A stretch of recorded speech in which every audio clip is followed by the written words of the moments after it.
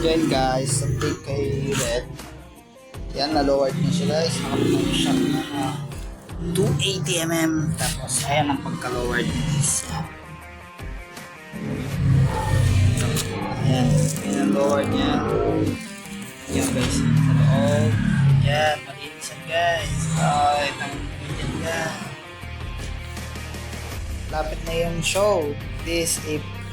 I-update na nila sa April kung kailan pala. Kung kailan anong date pala yung show sa April next month. So yan yung update kay Red. Sa susunod bago sa yung show, sana makaabot. Pili tayo ng outer tube.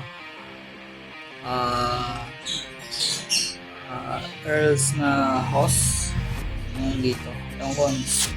Sukat nun, bibili tayo sa mekaniko ni Bali sa San Pablo.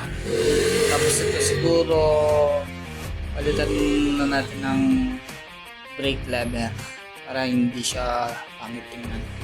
Ayan ito. Ayan, palitan muna natin. Tapos susunod bili na tayo ng brake master na set. Okay. Hanap pa tayo ng mga brand. So yun. Tapos ito yung ewan ko kung ito na lang gawin 5 April sa mini show.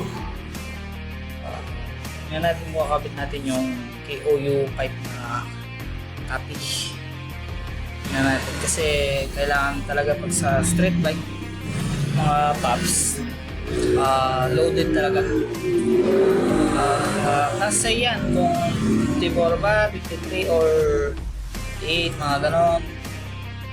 Nasa yan, basta loaded pag sa street bike. Eh, kagaya nito, stock pa. So, kailangan pa natin ng lock. So, yan. Ilang update lang kay